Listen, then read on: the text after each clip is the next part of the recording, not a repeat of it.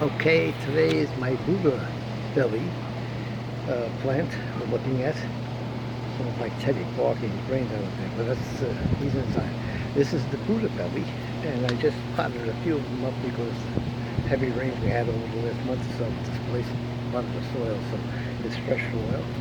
And as you can see, new growth come here, and these are the unusual orange-colored flowers that come with the plant. So it's one of those specialty plants called the blueberry, and it's in the Doherty garden. So we're taking a little special attention because a few of my specialty plants went by the wayside over the last couple of months. Mother Nature wasn't treating the South Florida environment there that good. So these world darlings survived. So thank you for stopping by. Take a look.